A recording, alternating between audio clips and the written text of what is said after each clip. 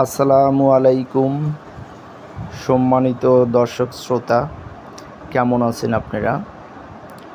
আমি ভাই ছোটোখাটো একটা বাড়ি তৈরির প্ল্যান নিয়ে আপনাদের সামনে এসেছি। আমি মূলত এই 10তলা ভবনটি একদম 0 থেকে 10তলা হওয়া পর্যন্ত এটার সাথে ছিলাম। এটাতে কী ধরনের সমস্যা হয়, কী ধরনের পরিকল্পনা দরকার, কোথায় কী ধরনের খরচ, কোন জায়গায় থেকে জিনিসপত্র কিনলে কীভাবে আপনারা কম টাকায় ভালো বাড়ি বানাতে পারবেন, কি কি ম্যাটেরিয়াল বাংলাদেশে সবচেয়ে ভালো মানের, এই ব্যাপারে কথা বলতে চাই। আমি মূলত বর্তমানে হাউস তৈরির যত প্রকার ম্যাটেরিয়াল লাগে এগুলি নিয়ে কাজ করি। আমার নিজস্ব একটা অনলাইন প্রোডাক্ট হাউস তৈরি করেছি। এখানে আপনি ইচ্ছা করলেই যে কোনো কোম্পানির সাথে একদম সুলভ মূল্যে জিনিসপত্র ক্রয় করতে পারেন। প্রত্যেকটা কোম্পানি প্রতিনিধি আপনাকে একদম তাদের কোম্পানি অফিস থেকে জিনিস 1 নাম্বার জিনিস সুলভ মূল্যে দিবে। প্রত্যেকটা কোম্পানির প্রতিনিধি আমাদের এই বিল্ডিংয়ে সরাসরি ভিজিট করেন এবং আগে স্যাম্পল প্রদান করেন, পরবর্তীতে আমাদের পছন্দ অনুযায়ী তারা ম্যাটেরিয়ালের বাকি অংশ দিয়ে যান।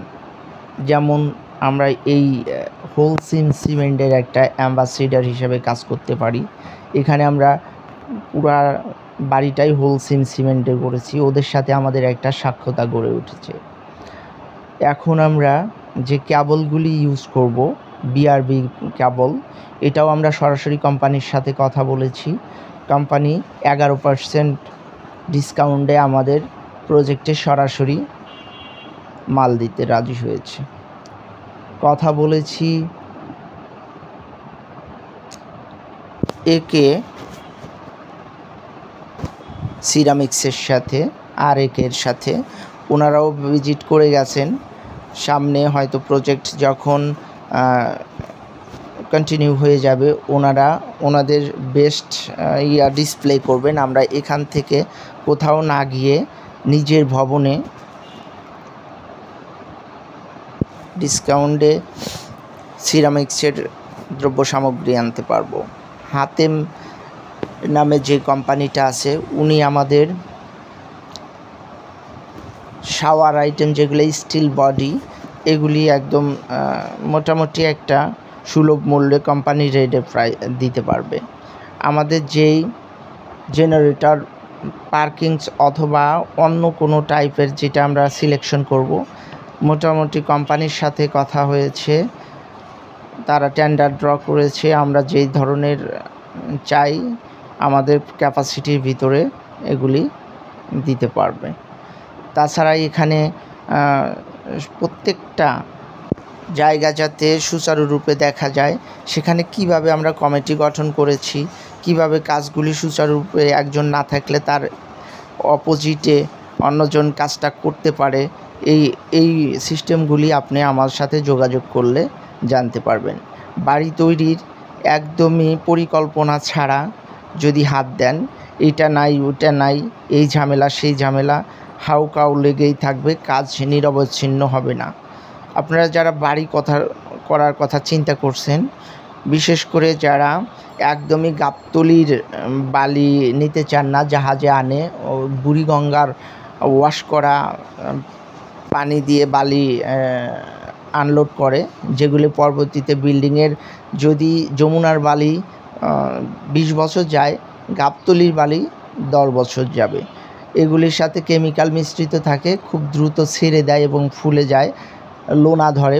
এক জায়গায় লোনা ধরলে পুরা বাড়িটা ধীরে ধীরে ধ্বংস হবে। আপনারা যারা বাড়ির কথা চিন্তা করছেন, একদম বেস্ট কোয়ালিটির ম্যাটেরিয়ালের কথা চিন্তা করছেন, আমার সাথে যোগাযোগ করতে পারেন। আমি আমার এই বাড়িতে BSRM রড ব্যবহার করেছি, সিলেকশন গ্রেডের বালি 2.5 FM ব্যবহার করেছি, সিমেন্ট হোলসিম ব্যবহার করেছি, stone LC black stone down 3/4 down ব্যবহার করেছি, হল ইট অটোব্রিক্সের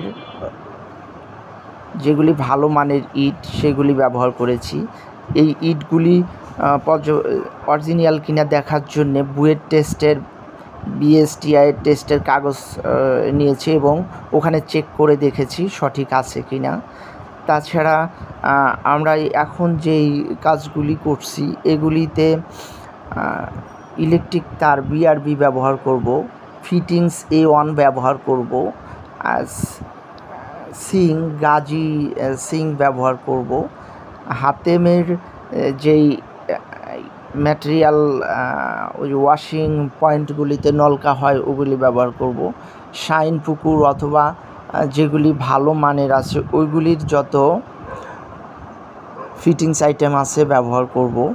মোটামুটি আমরা এখানে গুণগত মান নিয়ন্ত্রণে রাখার জন্যে প্রত্যেকটা ছাদে ছাদে ইঞ্জিনিয়ার ভিজিট করাইছি, প্রত্যেকটা জায়গায় চেক করাইছি এর যে শক্তের ক্ষমতা, যেই ক্যাপাসিটি স্ট্রং থাকার কথা এটা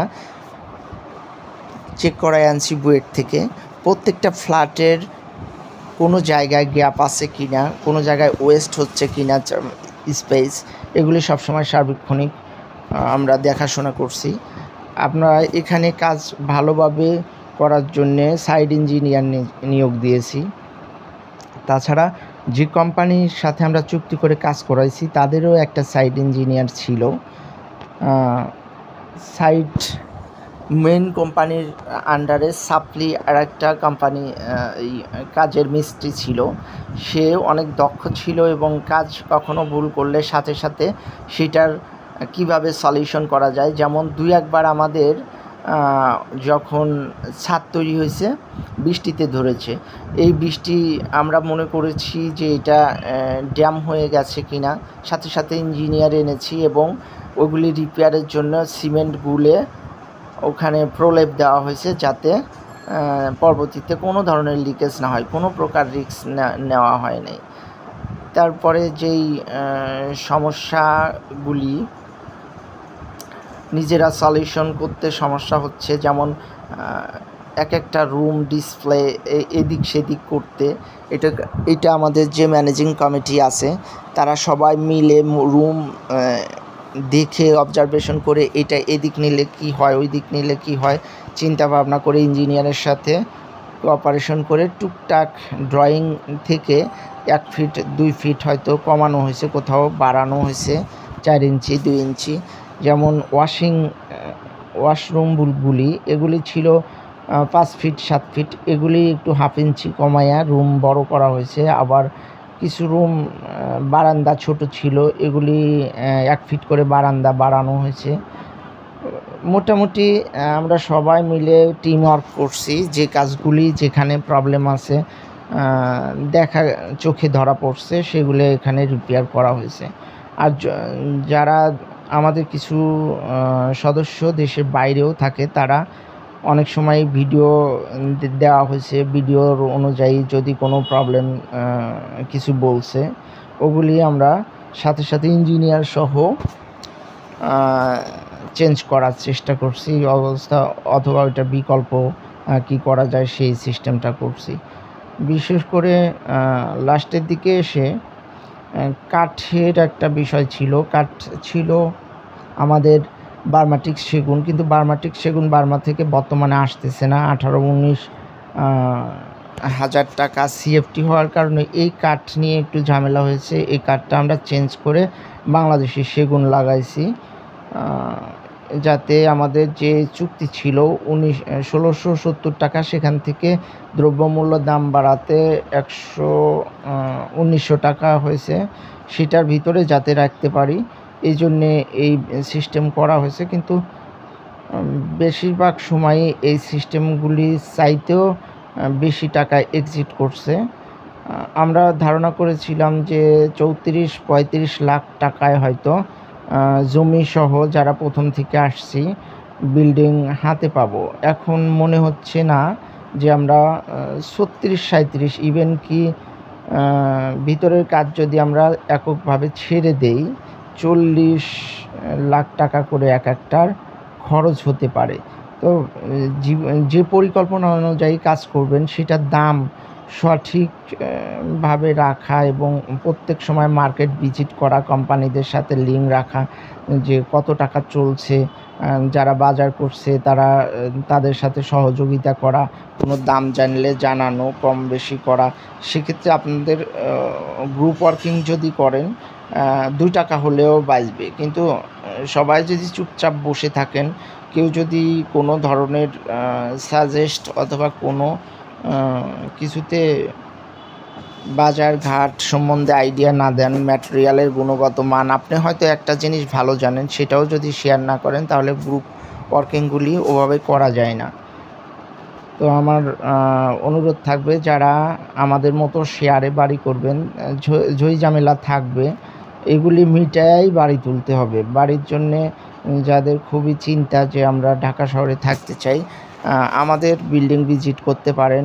বাড়ি কিভাবে তৈরি করা যায় সে ব্যাপারে সিদ্ধান্ত নিতে পারেন। এই দেখেন আমাদের কাজ প্রায় শেষ ইনশাল্লাহ।